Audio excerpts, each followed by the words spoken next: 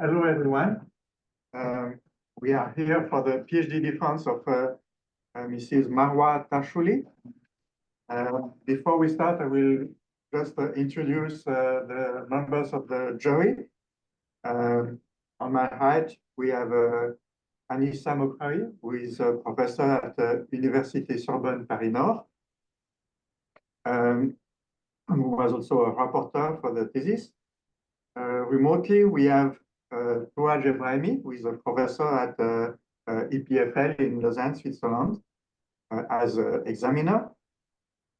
And then, as supervisors of the work, we have Olivier Desforges, who was the thesis director and is professor at INSA de Rennes. And as a co-supervisor, we have Myriam Outas, who is maître de conférence at INSA Rennes, and Thomas Guillonnet, who is a research engineer at ATEME. And we have two invited members, Marc Rivière, also from ATEME, and Wassim Amidouche from INSA de Rennes, who is connected remotely. And myself, Frédéric Dufault, from CNRS, and I will have the honor to chair this committee. So without further ado, I will give you the floor for your presentation of your work entitled Towards Practical End-to-End Learned Video Coding. And you can present for 45 minutes, and then we'll proceed with questions. So the floor is. Thank you. Thank you, Mr. President. Hello, everybody. My name is Marwa Tarchouli. I will be presenting today my PhD work called Towards Practical End-to-End Learned Video Coding. This PhD is a collaboration between ATEME and IETR VAADER. It was supervised by Thomas Guillonnet, Marc Rivière, Olivier Desforges, Myriam Outas, and Wassim Amidouche.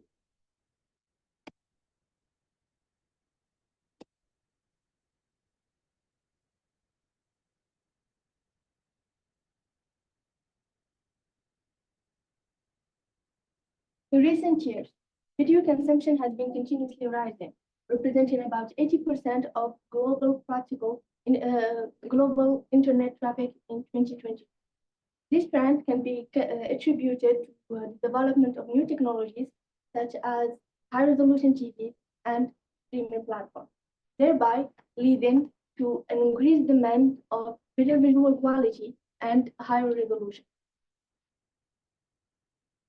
As a response, the field of video, compression has been steadily advancing, releasing several video coding standards through the year. The latest codec, BBC, is issued in 2020, achieving about 50% of bitrate saving compared to its predecessor, HEV. These codecs are all based on the same structure, that is, improved and pushed further with each new generation.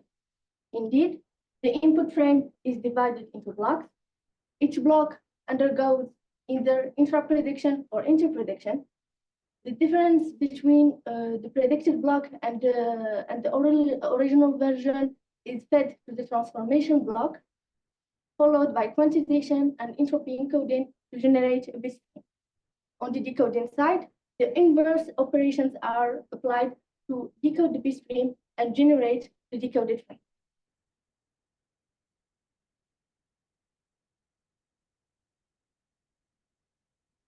On the other hand, deep learning algorithms have shown remarkable performances in numerous domains, such as speech recognition, natural language processing, or medical imaging.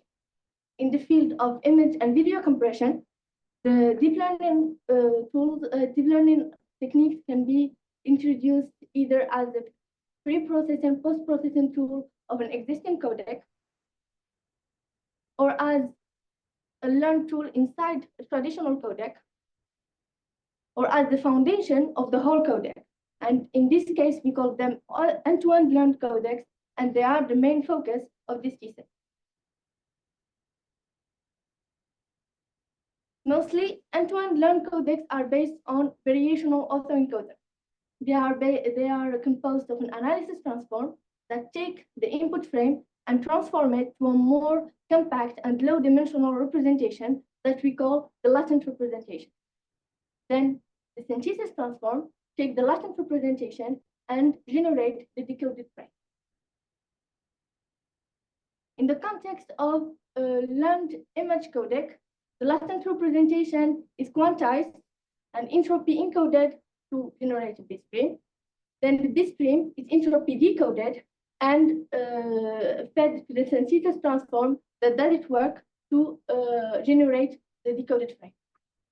In order to apply entropy encoding and decoding, we need a probability model that estimates the probability density of the latent representation.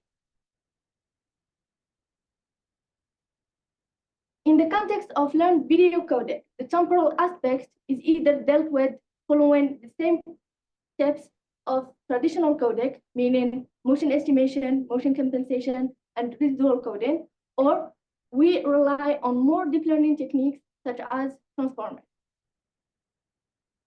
Either way, the state-of-the-art work of VAE codecs exceeds the latest codec VVC for both image and video. However, those codecs are large models. They are very demanding of hardware resources.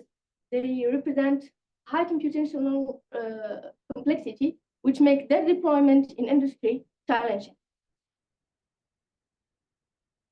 As an alternative, implicit neural representation were explored for video compression. They consist in representing a video as a function of a temporal or spatial coordinate. So unlike VAE codecs that are trained on a large data set, the idea here is to use a light decoding model that will be overfitted with each that will be overfitted individually with each input sequence. So the encoding stage consists of training this model. The resulting weights are transmitted into the bit stream. And finally, the decoding stage involves retrieving those models, those weights, and applying them. In the literature, we distinguish two approaches: pixel-wise algorithms that transform the pixel coordinates into their RGB values. In this scenario, decoding frame is the pixel by pixel process that can be very time consuming in case of high resolutions or video. Image-wise algorithms, on the other hand, generate the whole frame at once, which make them less complex and more efficient.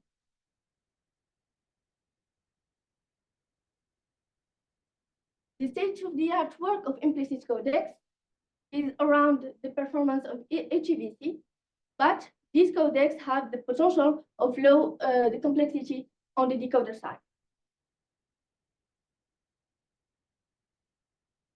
To sum up, despite continued advancement in traditional codecs, older generation of codecs are still the most widely deployed. This can be explained by the increase of complexity that is brought with each new generation. Notably, VVC is 8 times more complex than HEVC. On the other hand, deep learning is still progressing at a rapid pace. New technologies encourage exploring end-to-end learned codecs, and in fact, VAE codecs have the state-of-the-art efficiency exceeding VVC. However, those codecs were designed without taking into consideration the industry requirements that will make them used in practice. Notably, in terms of complexity, implicit codecs, on the other hand, are designed to have less complexity on the decoder side, but they are still not mature enough in terms of coding efficiency to compete with advanced codecs such as VVC. Therefore, in this thesis, we propose 2 major contributions. The first one consists of enhancing the practicability of VAE codecs by proposing a framework that is more adapted to industry requirements. And the second contribution consists of enhancing the coding efficiency of implicit codecs by exploring residual blocks into their architecture.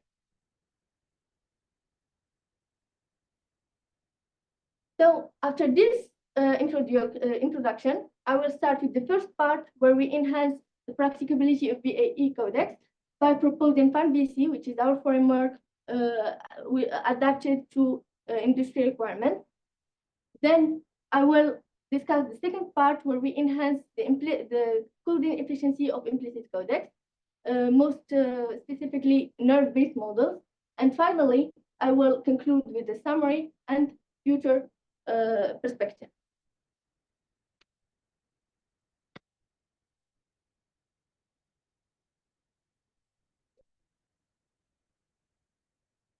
Starting with the first part.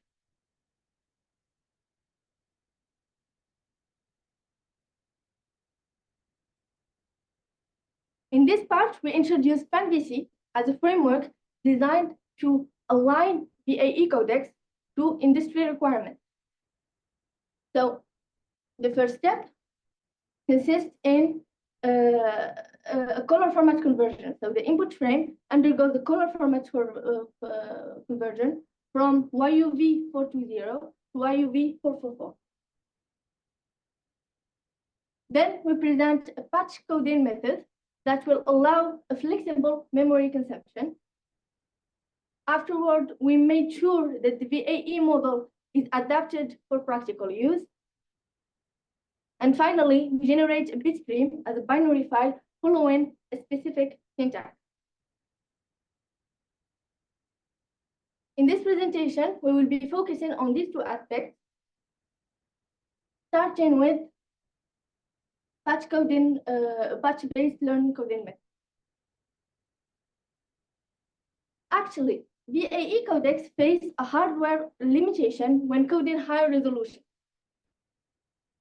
When they're, for example, when they are applied to code an HD frame using a GPU of 24 memory capacities, we have a memory saturation problem. Now, there is a simple way to solve this problem is by upgrading the hardware using GPUs with higher and larger memory capacity. However, even if this can be tolerated on the encoding stage, the decoding stage is more critical and must respect some practical conditions. For example, large GPUs cannot be embedded in the decoding device. Therefore, there is another way to solve this problem. First, there is another way to solve this problem, which is patch coding. So the input frame is divided into patches that will be encoded and decoded using the VAE model. And then we gather all the decoded patches to form the decoded frame. However, we found ourselves with another problem, which is border artifacts. The decoded frame has border artifacts that deteriorate its quality.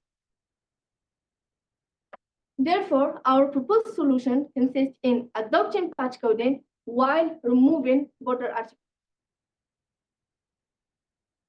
To do so, the first step consists in dividing the input frame into overlapping patches horizontally and vertically on a number of pixels that we call n here. Then the VAE codec is applied to encode and decode those patches while exploiting parallelization to reduce the coding time. And finally, once all those patches are decoded, we gather them to form the decoded frame. And to eliminate border artifacts, the overlapping patches are combined by a weighted mean function that will assure a progressive transition from a patch to the next. Then, the VAE codec is applied to encode and decode those patches while exploiting parallelization to reduce the coding time. And finally, once all those patches are decoded, we gather them to form the decoded frame. And to eliminate border artifacts, the overlapping patches are combined by a weighted mean function that will assure a progressive transition from a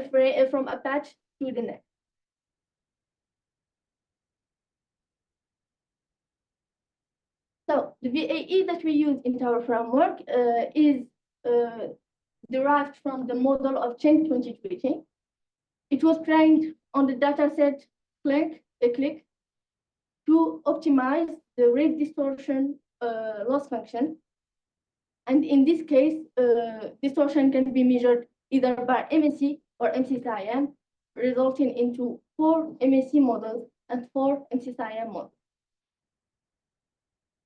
For evaluation, we choose the GVAT-TTC dataset, from which we extracted 1 frame. We coded it in 4 resolution, using patch coding without overlapping, and using patch coding with overlapping, while the number of overlapping pixels goes from 2 to 32. The GPUs used in these experiments are 2 standard GPUs with 2 different memory capacities, 24 gigabytes and 11 gigabytes.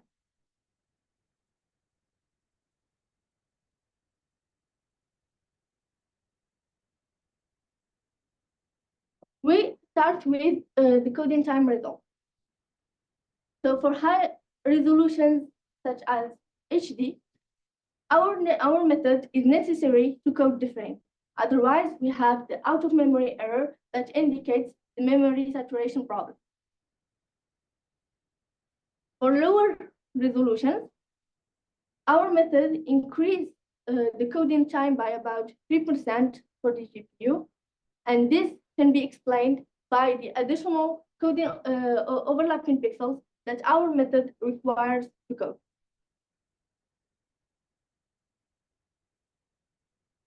In terms of rate distortion results, here we present the bit rate results of patch coding against full resolution coding for MCCIM model.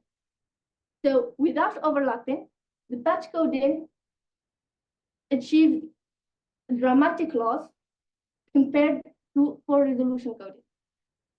And this is also visible in the rate distortion curve. There is a huge gap between the full resolution coding curves and the patch coding curve without overlapping. And while we did expect this loss due to border artifact, it's still quite high. However, with 2 overlapping pixels, this loss decreased significantly. It continues to do so as we increase the number of overlapping pixels. So with 8 overlapping pixels, we achieve noticeable gains that will reach their peak at 16 overlapping pixels.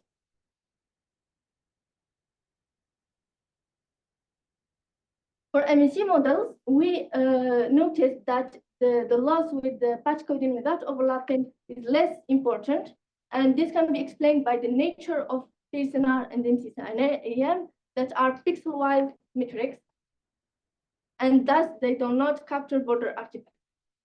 Other than that, the behavior of our method is still the same, meaning that we achieve gains while we increase the number of overlapping pixels, and those gains achieve their peak at n equal to 6.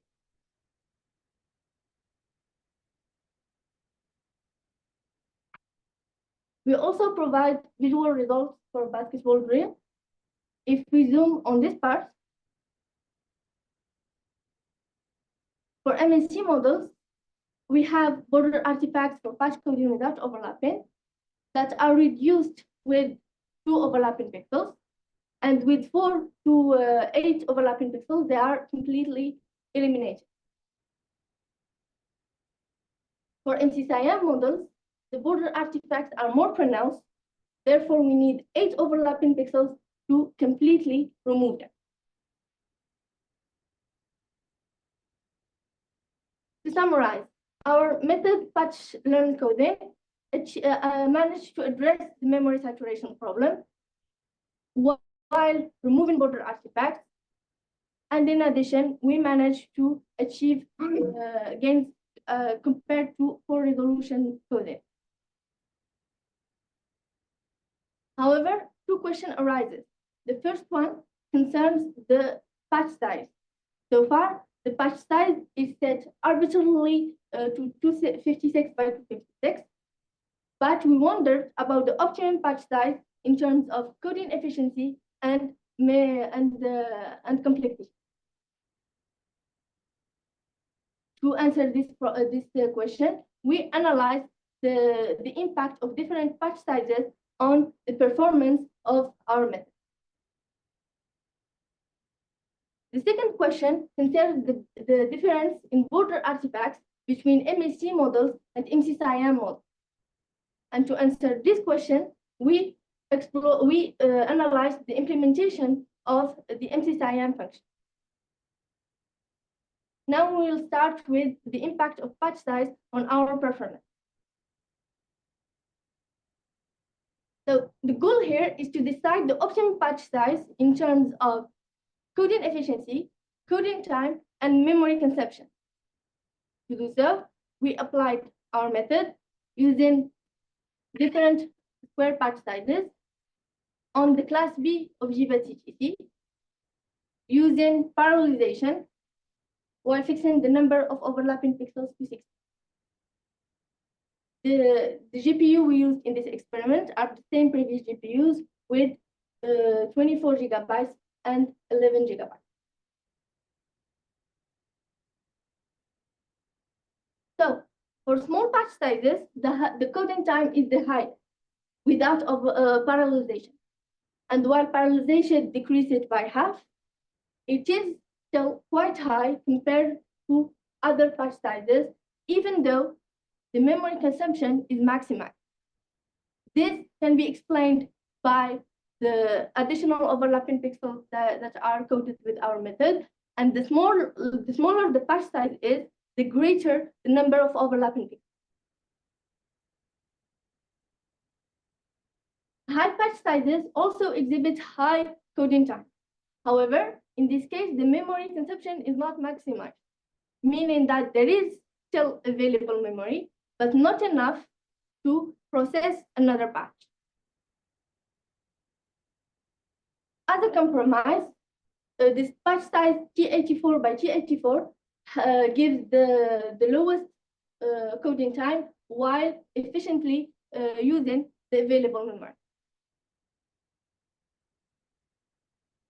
In terms of coding efficiency, we noticed that the small patch sizes give the highest gain.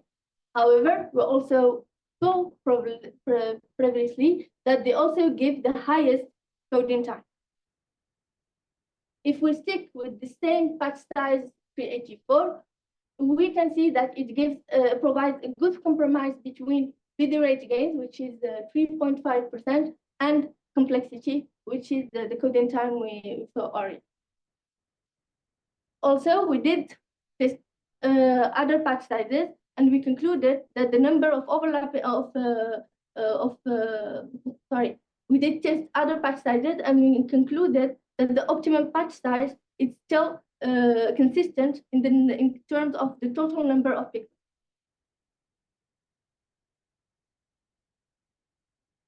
Now that we answered the first question, we will discuss the implementation of MC-SIAM function.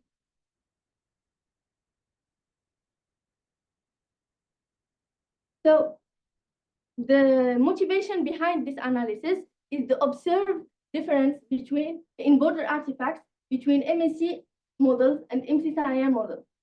This is also visible in the rate distortion curve. The gap between the full resolution coding and the patch coding with overlapping is much bigger and larger for MC-SIAM models than for MSC models.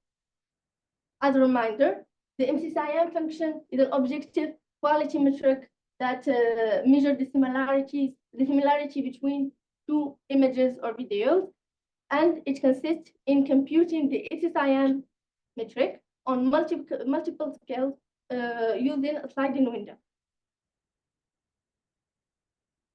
So in one of the most common implementations of MC-SIAM, this is how it works.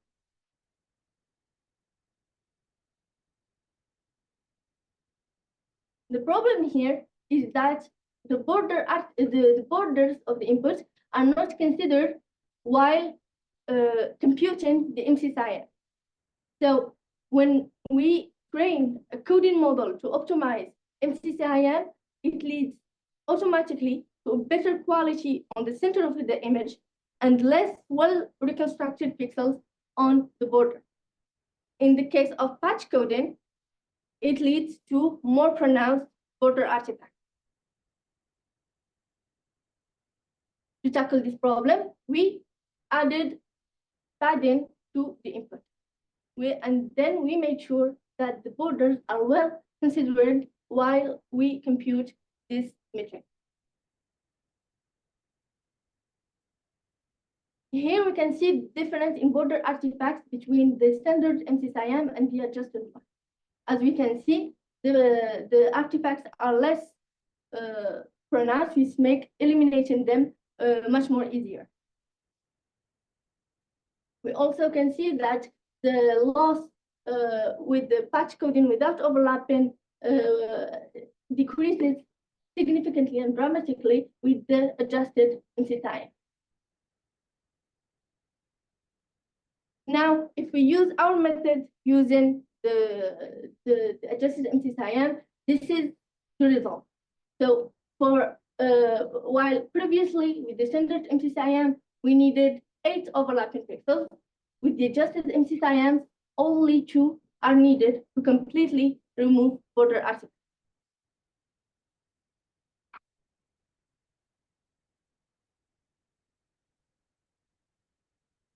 So now that we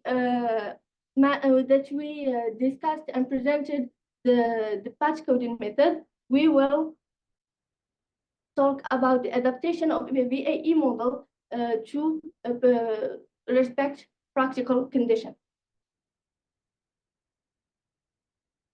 First, I will explain the architecture of the VAE model.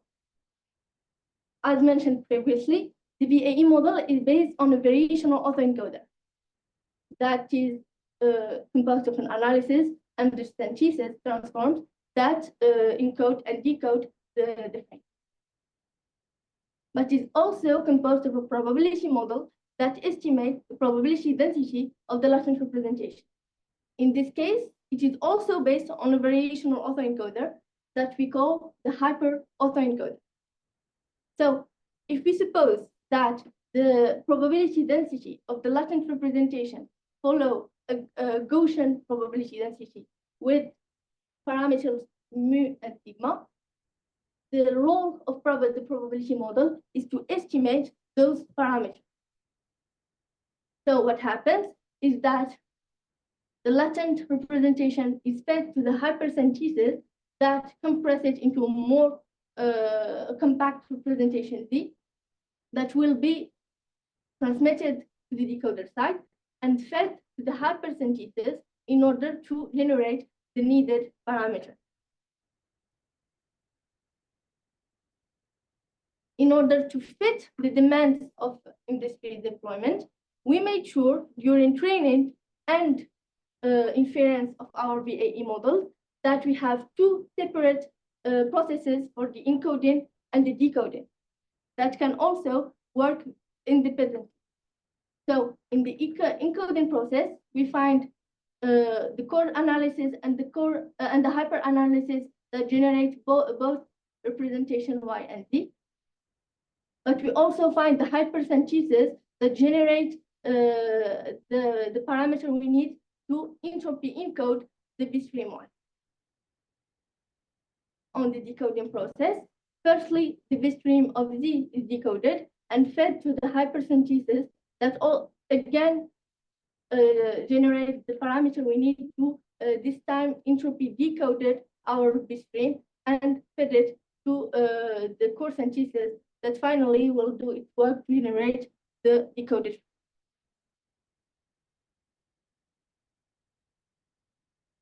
So to conclude this part, we proposed PanDC, which is a framework that aligns VAE codecs to industry requirement by making sure, by exploiting parallelization, by proposing a patch coding method that allows flexible memory consumption, and by generating a bitstream as a binary. However, our framework only includes one VAE models for image coding, and also we noticed that even though despite those improvements, VAE models still exhibit high quality. VAE models still exhibit high complexity for both the encoder and the decoder side. And while the encoder side can be tolerated in some applications, the decoding side is more critical. And in this regard, implicit codecs were designed to have low complexity on the decoding side, even though the encoding process is time-consuming. Which brings me to the second part of this representation, where we enhance the coding efficiency of implicit coding.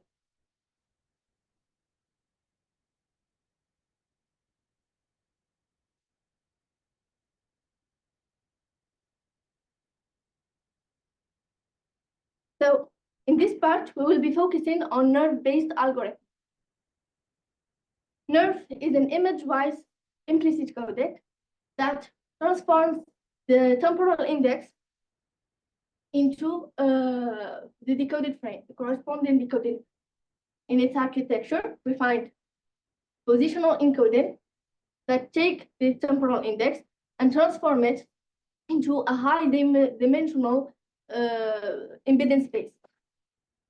Then we find an MLP network followed by convolutional decoder blocks that learns the feature of the image and generates the decoded. As mentioned before, the encoding stage includes the overfitted frame. In this case, it optimized the loss function that is a combination between the L1 norm and the SSIM loss function. Once the training is done, the resulting weights are transmitted into a bit stream, and then we can proceed with the decoding. So in this representation, we'll be focusing on nerve, which is the baseline of this codec, but also on its variation, nerve, that improves the performance of nerve by not only processing the temporal index, but also the spatial coordinate. Also, it proposes a lighter decoding block in terms of a number of parameters. So here we present Jockey, which is a sequence from the UVG dataset. In this sequence, the camera tracks the horse and the jockey, resulting into a fast-moving background. So mainly, the camera moves with the horse and the jockey. And in this case, we distinguish two types of content. Transient content, which appears only briefly on the sequence, such as the fast-moving background, and persistent content that spans a large number of frames of the sequence, and it can be either static, like this logo, or dynamic, like the horse. And in our observation, we observed that a nerve and e-nerve manage to reconstruct in better precision persistent content. Sorry. While for transient content, it struggles to reconstruct detailed patterns and texture. This can be explained by the overfitting nature of the model, meaning that in the encoding and in the training stage, the input sequence serves as the training dataset that is dominated by persistent content, and in this case, it will lead to a better performance in this type of content.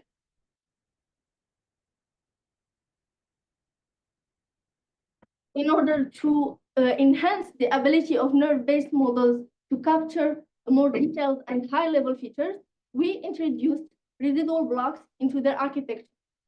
So residual blocks are based on this architecture. It is distinguished by the skip connection, which allows information flow between layers and also leads to a more stable training. So as mentioned before, we will be focusing on nerve and e-nerve. So what we did is we introduced the residual blocks into the decoder block for both nerve and e-nerve, resulting into two models, res nerve and res e-nerve.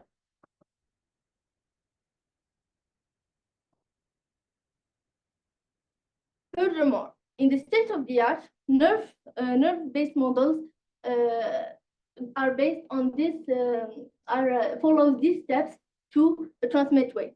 So the first step is pruning, where we set some weights to 0, and this step is mostly or usually followed by fine-tuning to avoid a drop in performance. After that, they apply quantization and Huffman entropy encoding. We observed that this process does not adhere to practical use conditions, meaning that the bit stream is not always generated as a binary file. Also, the real transmission cost is not considered while we estimate the rates. For example, the coding table of Huffman is not transmitted. And finally, Huffman coding can be replaced by a better and more advanced algorithm. In the same context of practical codecs, we propose a coding pipeline that consider practical conditions. So we have two separate processes. The encoding process that includes the training of our implicit codec. Then the resulting weights undergoes quantization, and KAVAK, which is a more advanced entropy coding algorithm. And it generates a binary file, which is the disk. Then we have the decoding process, where the bit stream is decoded, is entropy decoded using also the KAVAK entropy decoder. And finally, we can proceed to the inference of our model. For quantization and KAVAK entropy coding, we use the library DeepKAVAK, which is more specialized in deep neural network compression.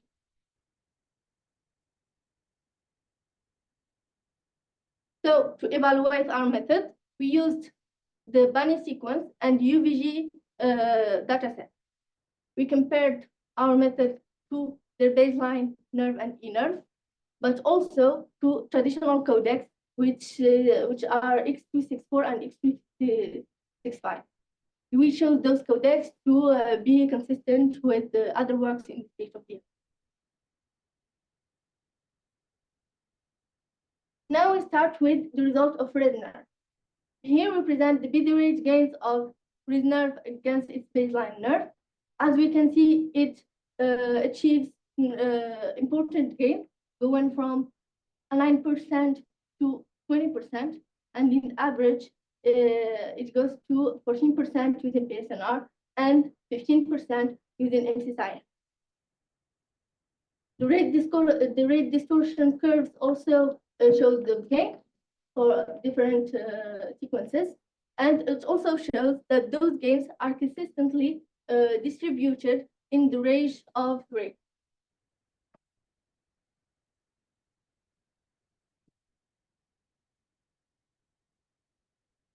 Here we provide visual results for Joki and Beauty, which are two different sequences in terms of content.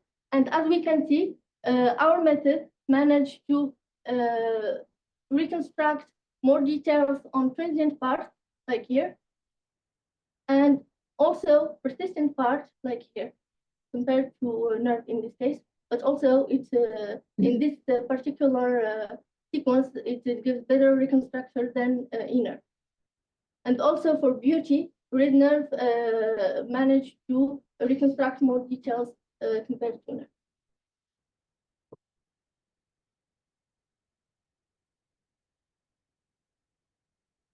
So res inner, on the other hand, shows variable gains depending on variable gains depending on the sequence.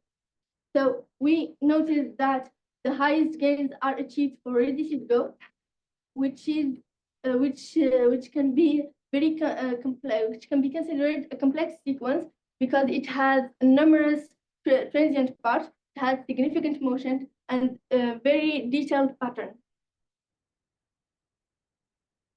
For much easier sequences such as shake and dry, which is dominated by persistent content and which is also captured by a fixed camera, res inner in this case shows approximately no gains compared to inner. We also noticed that for the honeybee sequence, we have 4 to 5% of losses, but we will be focusing on this sequence afterwards.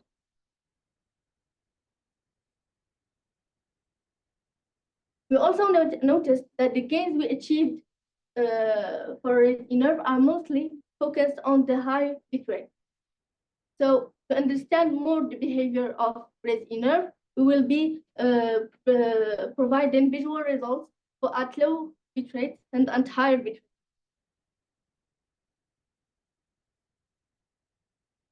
At low bitrate, for complex sequences such as reduced go, we can see that res inner managed to reconstruct more details on the transient part, like here. We compare it to inner. However, for persistent content, there is not much improvement. For easier sequences such as shake and dry, the visual results or the perceptual results are mostly on the same level. Even here, we can see that inner is still dependent.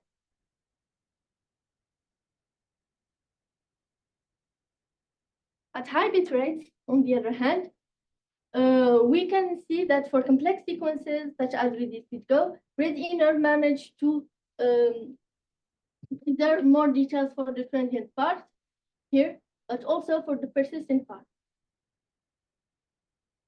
For easier sequences that where the transient parts are mostly inexistent, the static persistent part is well reconstructed by all the models. So we managed to have gains on the dynamic persistent area. Thank you.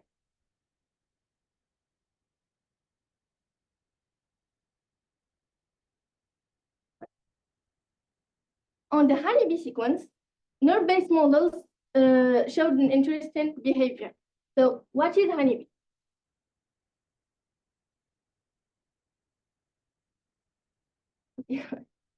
Honeybee is a sequence from the UVG dataset.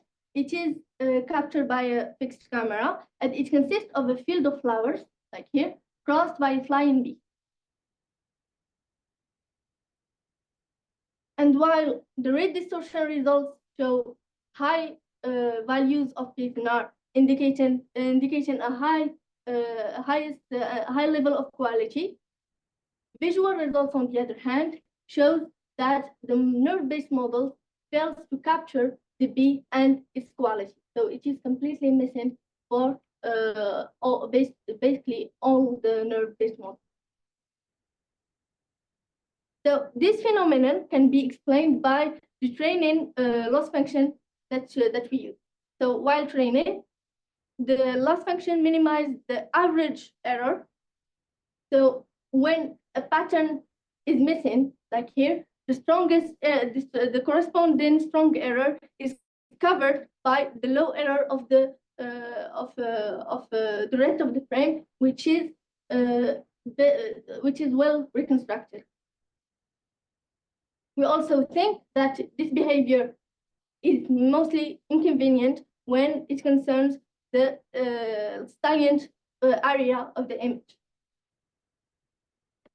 So in order to tackle this problem, we proposed attention block to enhance and to guide the model to focus on the salient object. So what we did is we take as a baseline red nerve, and we integrated attention block into the second and the fourth decoder block.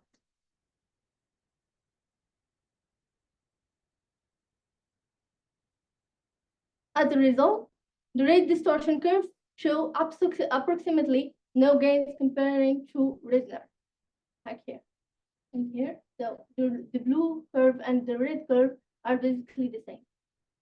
However, visual results show that there is a slight attempt to reconstruct the missing beat.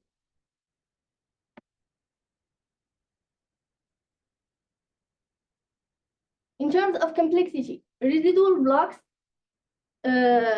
integration residual blocks comes with an increase of complexity. So for red nerve and red inner, we can see that the number of the max is multiplied by 3 compared to nerve and inner. And for the decoding time, it increased by 15% compared to nerve, and red inner increases by 70% compared to inner.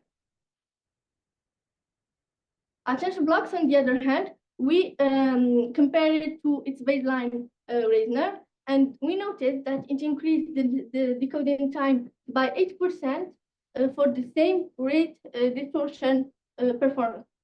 However, we also saw that in terms of visual results, attention nerve resolved partially our problem of the missing pattern. So to wrap up this part, we proposed residual blocks to enhance the ability of nerve-based models to reconstruct high-level features. We also proposed a coding pipeline that is more adapted to practical conditions. So while red nerve achieved gains on all the sequences, the gains of red inner were more variable depending on the type of the sequence and the rate range. As limitations, those contributions comes with an increase in complexity. We also saw that nerve models have a difficulty to reconstruct small dynamic objects, and to tackle this problem, we explored attention blocks to guide the model to enhance on the salient area of the image.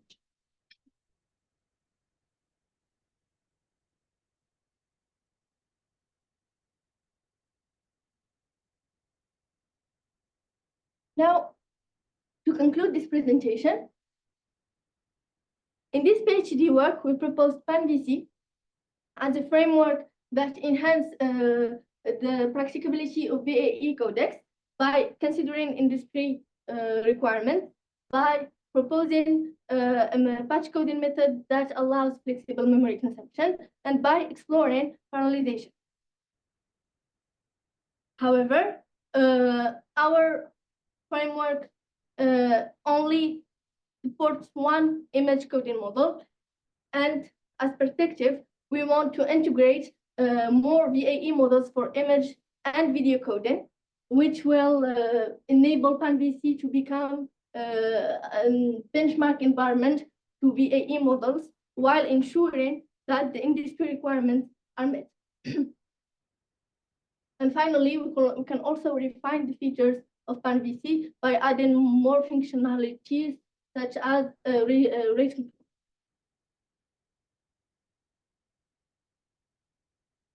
In the second part of this thesis, we aim to enhance the coding efficiency of implicit codecs, more precisely nerve-based models, by proposing residual blocks to enhance their abilities to capture high-level features, but also by exploring attention blocks to focus on the salient area. However, those contributions come with increasing complexity, and they also have the difficulty to capture small dynamic objects. As future perspectives, we want to solve those limitations by either optimize the residual block architecture to reduce their complexity. Or for the second limitation, we can explore max error during training, or we provide the implicit model with more information such as the residual. Overall, we want to extend the residual blocks contributions to other nerve-based methods. So this PhD gives in this PhD we published four papers, three conferences, and one journal paper, and also we did a patent with ATEME. Thank you for your attention. Okay, thank you very much. Thank you. So now we'll move to en français. Ok. On va parler en français. Merci pour la présentation. On va passer aux questions maintenant des membres du jury. Et donc, je vais commencer par Anissa Mokrawi, professeure à l'Université Sorbonne Paris-Nord, qui était rapporteur. Merci. Je vous félicite d'avoir fait cette belle présentation. Et on m'entend.